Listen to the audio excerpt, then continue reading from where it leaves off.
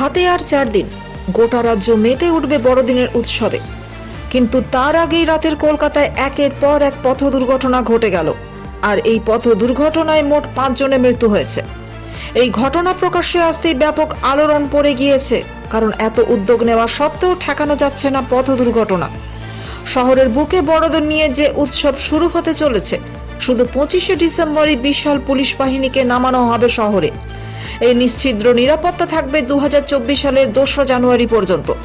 কিন্তু তার আগেই ঘটে গেল পরপর মর্মান্তিক পথ দুর্ঘটনায় মৃত্যু। এদিকে এক রাতে পথ দুর্ঘটনায় তিলোত্তমা কলকাতায় এক তরুণী সহ 5 জনের মৃত্যু হয়েছে। তবে একটি ঘটনায় 5 জনের মৃত্যু হয়নি। পৃথক পৃথক পথ দুর্ঘটনায় মর্মান্তিক মৃত্যু হয়েছে।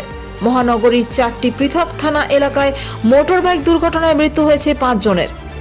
বুধবার ভোর রাতে প্রিন্সেপ ঘাট থেকে বাবুঘাট যাবার সময় একটি মোটর বাইক ধাক্কা মারে ডিভাইডারে।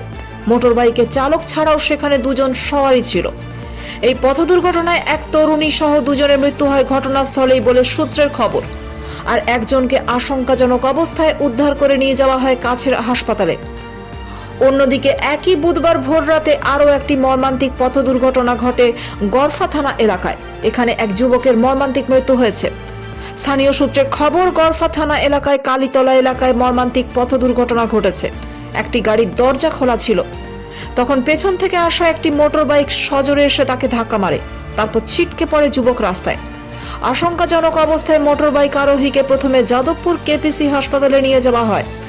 সেখানে অবস্থার অবনতি হলে এমআর বাঙ্গুরে নিয়ে আসা হয়, কিন্তু অবশেষে মৃত বলে ঘোষণা করে দেন চিকিৎসকরা। মৃত যুবকের নাম বিশাল সর্দার। আর কি জানা যাচ্ছে? প্রত্যেকটি পথ দুর্ঘটনাতেই মহানগরীর রাস্তা লাল হয়েছে রক্তে। এবার মর্মান্তিক পথ দুর্ঘটনা ঘটে পশ্চিমবন্দর থানা এলাকায়। সেখানে তীব্র গতিতে থাকা একটি নিয়ন্ত্রণহীন স্কুটি ডিভাইডারে গিয়ে ধাক্কা মারে। আর তখনই ছিটকে পড়ে রক্তাক্ত হন ব্যক্তিটি। তড়িঘড়ি ওই ব্যক্তিকে উদ্ধার করে গিয়ে নিয়ে যাওয়া হয়। দেখা যায় ঘটনাস্থলে মৃত্যু হয়েছে স্কুটি চালকের। এরপর পথ দুর্ঘটনাটি ঘটে কেএলসি থানা এলাকায়। বামনঘাটা থেকে ভাঙড়ের দিকে যাচ্ছিল একটি মোটর বাইক। অত্যন্ত দ্রুত গতিতে ছিল মোটর বাইকটি। তখনই নিয়ন্ত্রণ হারিয়ে রাস্তার ল্যাম্প পোস্টে ধাক্কা মারে। রক্তে ভেসে যায় রাজপথ। ওই চালককে তড়িঘড়ি উদ্ধার করে হাসপাতালে নিয়ে গেলে চিকিৎসকরা তাকে মৃত বলে ঘোষণা করে।